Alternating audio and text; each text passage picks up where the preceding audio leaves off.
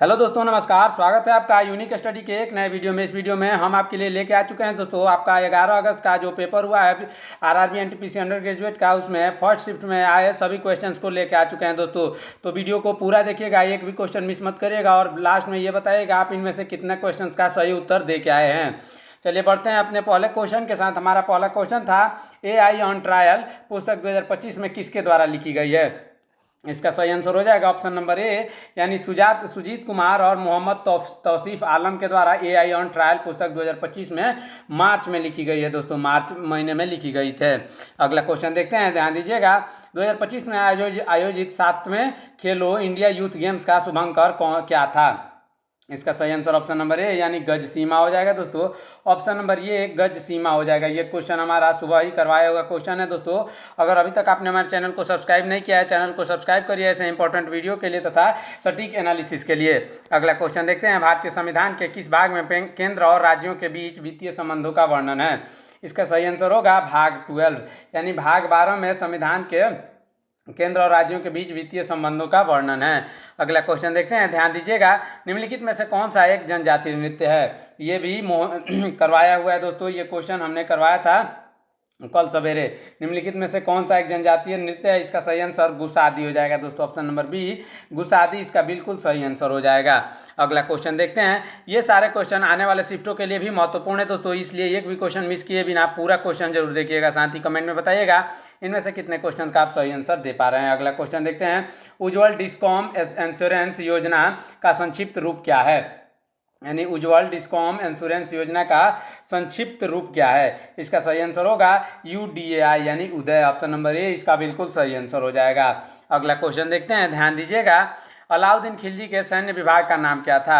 अलाउद्दीन खिलजी के सैन्य विभाग का नाम दीवान-ए-कर्ज था। ऑप्शन नंबर बी दीवान-ए-कर्ज इसका बिल्कुल सही आंसर हो जाएगा। बढ़ते हैं अगले क्वेश्चन की तरफ। हमारा अगला क्वेश्चन है, बैंक ऑफ मद्रास की स्थापना कब हुई। ये क्वेश्चन सवेरे करवाया था दोस्तों, आपको अगर याद हो बैंक ऑफ मद्रास की स्थापना कब हुई आप कमेंट में बताइए। इसका सही आंसर होगा क्या, 1843, ऑप्शन नंबर सी। अगला क्वेश्चन देखते हैं, ध्यान दीजिएगा। लाई हरोबा त्योहार की महिला नर्तकियों को क्या कहा जाता है। लाई हरोबा त्योहार की महिला नर्तकियों को कहा जाता है मई। ऑप्शन नंबर ए मई इसका बिल्कुल सही आंसर हो जाएगा दोस्तों। अगला क्वेश्चन देखते हैं। हमारा अगला क्वेश्चन है, भारतीयों को बजट पर सवाल पूछने का अधिकार किस अधिनियम द्वारा लगाया गया था। इसका सही आंसर ऑप्शन नंबर बी, यानी भारत परिषद अधिनियम 1892 हो जाएगा दोस्तों। ऑप्शन नंबर बी इसका बिल्कुल सही आंसर हो जाएगा। अभी तक आपने हमारे चैनल को सब्सक्राइब नहीं किया है, चैनल को सब्सक्राइब करिए ऐसे सटीक एनालिसिस पाने के लिए तथा मोस्ट इंपॉर्टेंट क्वेश्चन आपके परीक्षा से ठीक पहले पाने के लिए। अगला क्वेश्चन देखते हैं, ध्यान दीजिएगा। भारतीय संविधान के अनुच्छेद 243F के अनुसार पंचायत चुनाव लड़ने की न्यूनतम आयु कितनी होनी चाहिए। इसका क्या सही आंसर होगा, 21 वर्ष। यानी भारतीय संविधान अनुच्छेद 243F के अनुसार पंचायत चुनाव लड़ने की न्यूनतम आयु 21 वर्ष होनी चाहिए। अगला क्वेश्चन देखते हैं दोस्तों, ध्यान दीजिएगा। 6G इंडिया समिट का लक्ष्य क्या है। 6G इंडिया समिट का लक्ष्य है 2030 तक 6G तकनीक को वैश्विक नेतृत्व वाला देश बनाना। ऑप्शन नंबर ए इसका बिल्कुल सही आंसर हो जाएगा। अगला क्वेश्चन देखते हैं, ध्यान दीजिएगा। भारत में कोयले का सबसे बड़ा भंडार किस राज्य में है। भारत में कोयले का सबसे बड़ा भंडार झारखंड में है दोस्तों। ये क्वेश्चन सवेरे करवाया था दोस्तों, अगर आपको याद हो, अगर आप पिछला वीडियो उठा के देखेंगे तो इसमें ये झारखंड वाला वीडियो मैंने सवेरे ही आपको बताया था और ये क्वेश्चन बोला था कि मोस्ट इंपॉर्टेंट है ये, और ये क्वेश्चन आया भी था। अगला क्वेश्चन देखते हैं, ध्यान दीजिएगा। 1857 की क्रांति का नकारात्मक प्रभाव क्या था। 1857 की क्रांति का नकारात्मक प्रभाव ब्रिटिश सरकार द्वारा दमनकारी नीतियां थी। ऑप्शन नंबर ए इसका बिल्कुल सही आंसर हो जाएगा।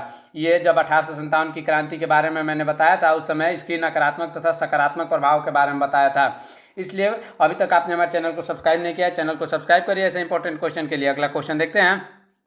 सहकारी समितियों से संबंधित भाग 9B को किस संविधान संशोधन द्वारा जोड़ा गया था। इसका सही आंसर ऑप्शन नंबर बी, यानी 97वां संविधान संशोधन हो जाएगा। अगला क्वेश्चन देखते हैं, ध्यान दीजिएगा। जनवरी 2025 में नीति आयोग द्वारा प्रकाशित राजकोषीय व्यवस्था स्वास्थ्य सूचकांक रिपोर्ट के अनुसार वित्तीय वर्ष 2023 के लिए शीर्ष रैंकिंग वाला राज्य कौन है।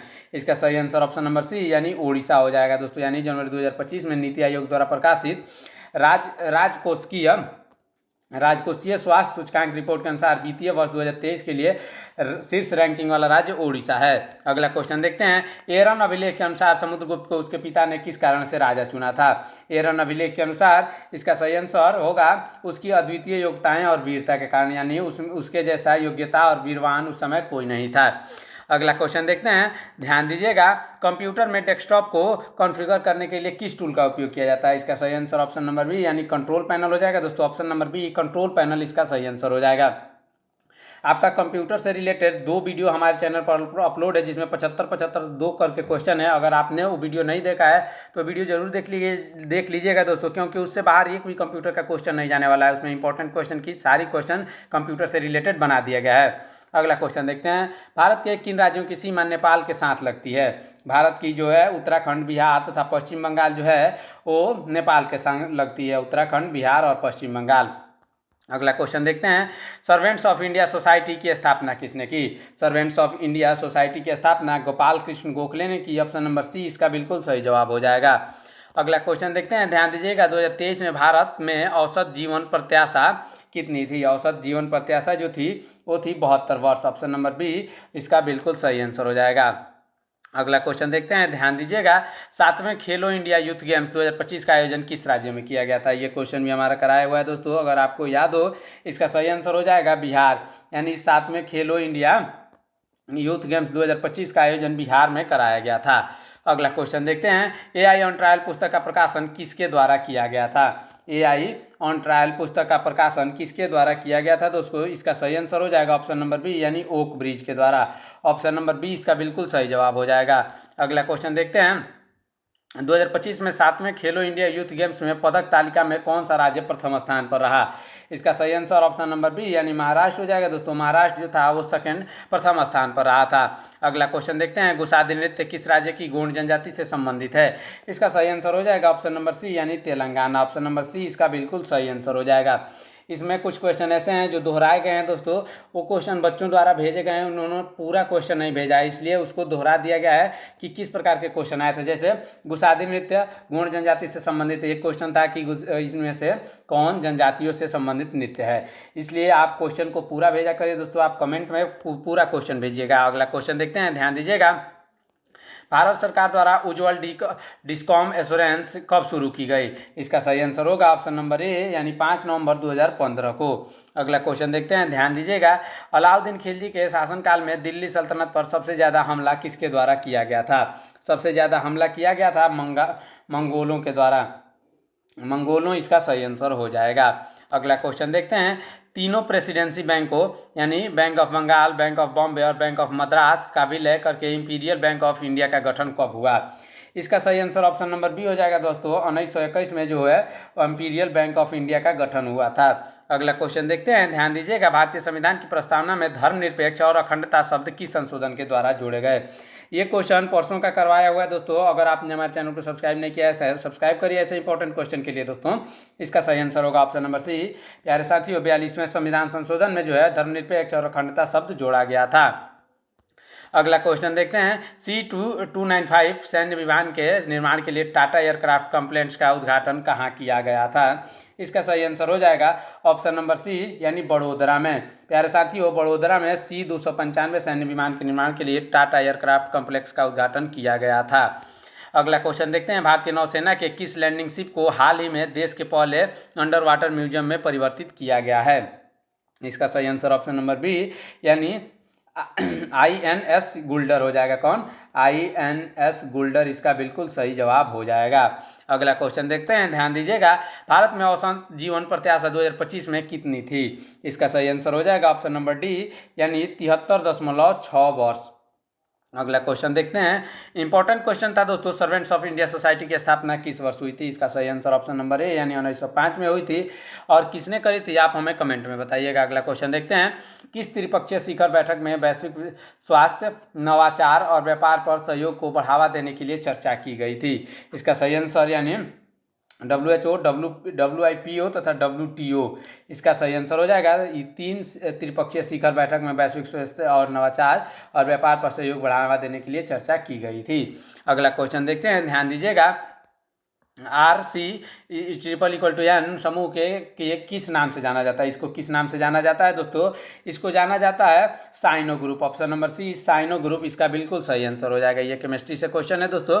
अगला क्वेश्चन देखते हैं। ऑपरेशन सिंदूर के तहत मॉक ड्रिल कितने जिलों में आयोजित की गई थी? मॉक ड्रिल जो है वो आयोजित की गई थी वो 244 जिलों में। ऑप्शन नंबर बी 244 जिला इसका बिल्कुल सही आंसर हो जाएगा। ध्यान दीजिएगा। अगला क्वेश्चन जो है किस संविधान संशोधन को मिनी कॉन्स्टिट्यूशन भी कहा जाता है? मिनी कॉन्स्टिट्यूशन जो है उसको कहा जाता है 42वें संविधान संशोधन में। ऑप्शन नंबर ए 42वें संविधान संशोधन इसका बिल्कुल सही आंसर हो जाएगा। ये क्वेश्चन मैंने कल सवेरे ही करवाया था दोस्तों। शायद हमारे पिछले वीडियो या उसके पिछले वीडियो का ये 7वां क्वेश्चन था। अगर आपको याद हो तो ये क्वेश्चन आप फिर से दोबारा जाके देख सकते हैं। ये क्वेश्चन हमने करवाया था। अगर आपने चैनल को सब्सक्राइब नहीं किया है चैनल को सब्सक्राइब करिए दोस्तों। वीडियो को लाइक करिए ऐसे इंपॉर्टेंट क्वेश्चंस पाने के लिए तथा सटीक एनालिसिस और शिफ्ट का आपके पास आ रहा है, इसलिए चैनल को सब्सक्राइब करके रखिए। और जितने भी क्वेश्चन आपको याद हैं आप हमें कमेंट में जरूर बताइएगा दोस्तों। हमारा अगला क्वेश्चन देखते हैं। भारत में शुष्क वायुदाब का मुख्य कारण क्या है? भारत में शुष्क वायुदाब का मुख्य कारण थार मरुस्थल का प्रभाव है। ऑप्शन नंबर बी इसका सही आंसर हो जाएगा। अगला क्वेश्चन देखते हैं। ध्यान दीजिएगा।